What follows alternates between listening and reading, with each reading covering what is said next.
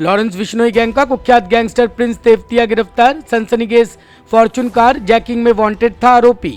9 pistol, 31 कारतूस और एक मोटरसाइकिल बरामद। प्रिंस तेवतिया पहले भी हत्या के प्रयास, डकैती, शस्त्र अधिनियम के 16 से ज्यादा मामलों में शामिल रहा है।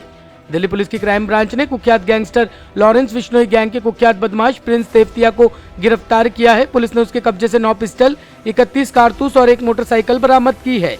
तेवतिया पहले भी हत्या के प्रयास, डकैती, शस्त्र अधिनियम के 16 से ज्यादा मामलों में शामिल रहा है। 28 अक्टूबर की रात धोला कुआं के पास 24/7 आउटलेट पर हुई गोलीबारी के बाद वांटेड चल रहा था।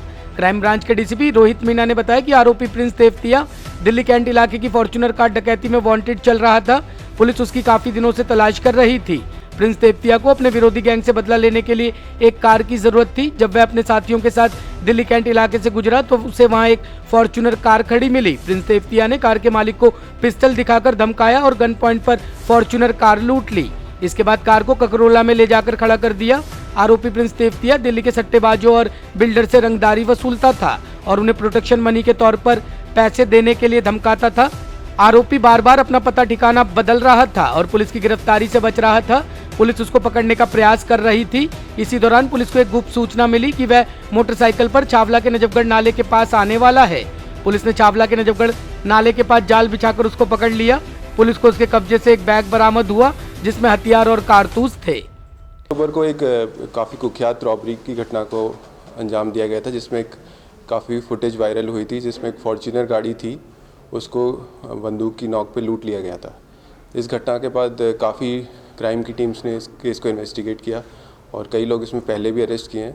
इस घटना का जो मेन सरगना था, जो कि मेन एक्यूज था, प्रिंस तेवतिया को क्राइम ब्रांच की एजीएस यूनिट ने एसीपी नरेश और इंस्पेक्टर कृष्ण के नेतृत्व में छावला एरिया से अरेस्ट किया है। ख़ास बात यह है कि इससे काफ़ी हमें मात्रा में आर्म्स एंड एम्यूनिशन रिकवर हुए हैं। से 4 पिस्टल, 4 ऑटोमेटिक गन और 5 कंट्री मेड पिस्टल रिकवर हुई है और 31 कार्ट्रिज रिकवर हुई है।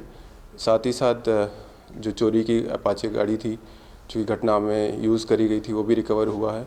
और जब इसे इंट्रोगेट किया गया तो बताया गया कि ये और दूसरी घटना को भी अंजाम देना चाह रहे थे और इनकी रोहित चौधरी गैंग से इनकी राइवलरी चली थी।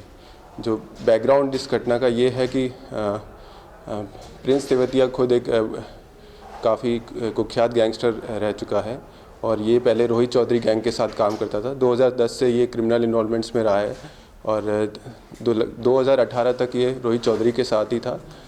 रोहित चौधरी से 2018 के बाद इनकी आपसी डिस्प्यूट हो गया पैसे के लेन देन को लेके और तब ये अलग हो गया। तो 2019 में इसमें जेल पे एक कुणाल नाम के व्यक्ति ने इसके मुंह पे अटैक किया था और इस पर उसके ब्लेड लगा दी थी।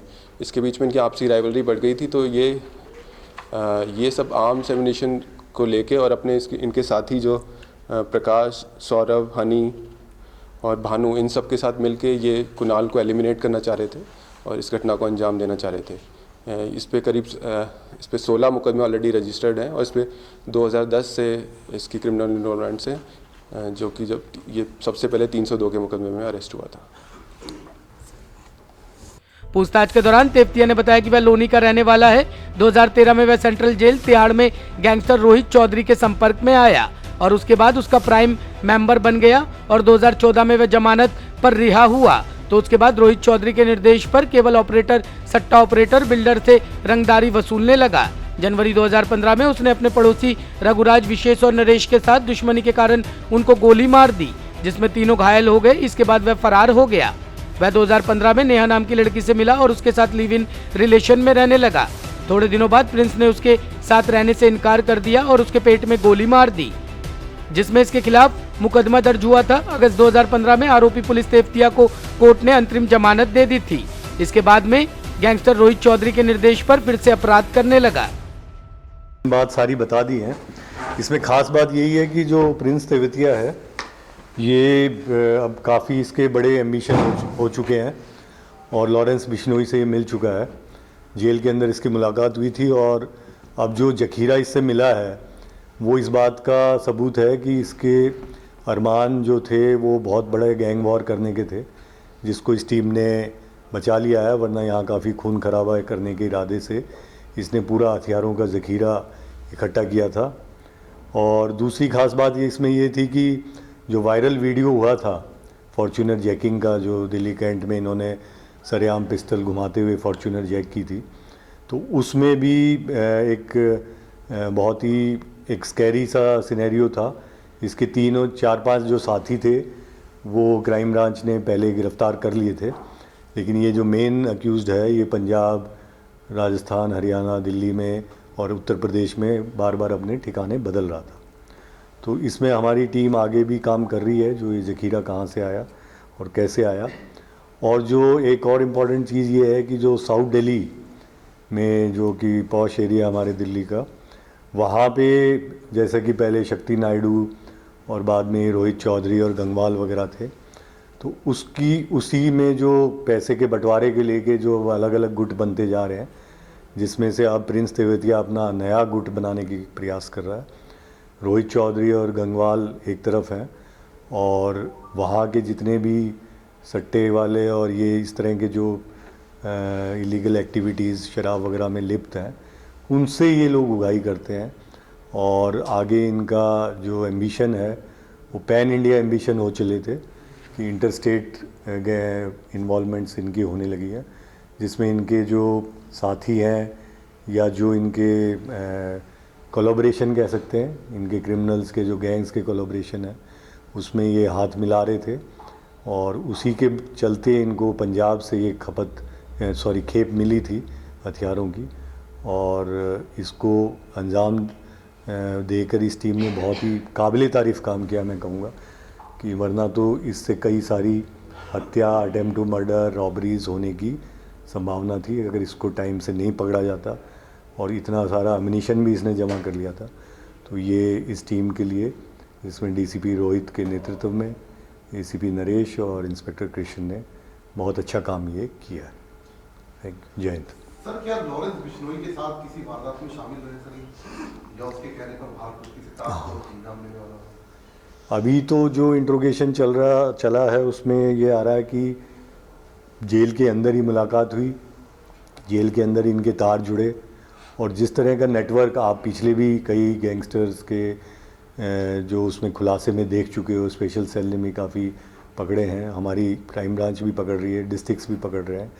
ये नेटवर्क काफ़ी तेज़ी से ये लोग फैल रहा है, जिसके अंदर आप लोगों से भी मैं अपील करना चाहूँगा कि युवा वर्ग को ये बताएं कि ये थोड़े दिन का एक ग्लैमर है, थोड़े दिन का एक कशिश है कि भाई हम बड़े गैंगस्टर, हम गोली चला देंगे, शूटर बन जाएंगे, या हमें थोड़े दिन का जो एक वो होता है ना, युवा खून में एक जोश होता है कि अच्छे काम की तरफ तो ना जाके और गैंग में शामिल हो जाते हैं, तो उसी से हमारा टशन हो जाएगा, लोग हमारी इज्जत करेंगे। तो आप लोगों से मैं प्रार्थना करूंगा कि ये इसको भ्रम को मिटाया जाए।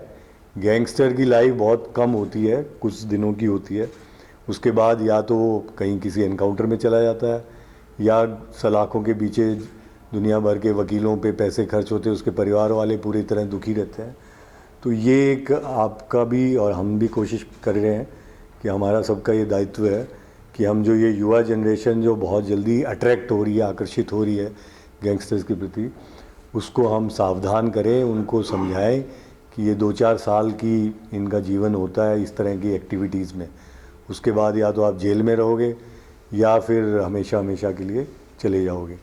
तो कहीं ना कहीं कानून के हाथ काफ़ी लंबे हैं, वो आपको पनपने नहीं देंगे। और जो इस तरह से इनके साथ मिल रहे हैं, उनके परिवार हमेशा हमेशा के लिए बेचारे दुखी होते हैं। परिवार को ज़्यादा भुगतना पड़ता है। जब भी कोई वारदात होगी, उसकी तलाशी होगी, उनको पूछताछ होगी कि वो कहाँ भागा हुआ है। तो इस तरह की चीज़ों में अपने उन परिवारों को भी, जो बुज़ुर्ग लोग हैं या जो पेरेंट्स हैं, माता पिता हैं, वो उनको गलत रास्ते पे ना चलने दें।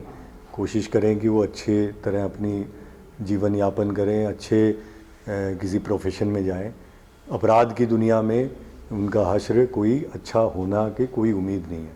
थोड़े बहुत दिन की वो हो सकती है कि भाई मैंने ये किसी कहीं पे गोली चला दी, वहाँ हवा में गोली चला दी, उसमें थोड़े दिन का उसको एक क्या कहते हैं किक मिल सकता है, बट उसका लॉन्ग टर्म इफेक्ट बहुत ही खराब है। 10 जनवरी 2016 में रोडवेज में आरोपी प्रिंस तेवतिया ने अभय नाम के व्यक्ति के पैर में गोली मार दी थी। इसके बाद से वह फरार था। स्पेशल कमिश्नर रविंद्र यादव ने बताया कि आजकल इन गैंगस्टरों के गिरोह में नए लड़कों का भर्ती होना चिंता का विषय है। बच्चे अपराध और अपराधियों को अपना रोल मॉडल मानकर अपराध का रास्ता अपना रहे हैं, जिससे पुलिस की चिंता तो बड़ी ही है, बल्कि उन बच्चों के परिवार वालों को भी बदनामी और परेशानी का सामना करना पड़ रहा है।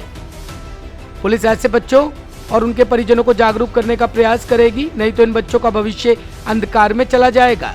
पुलिस ने आरोपी प्रिंस तेवतिया को गिरफ्तार करके आगे की कार्रवाई शुरू कर दी है।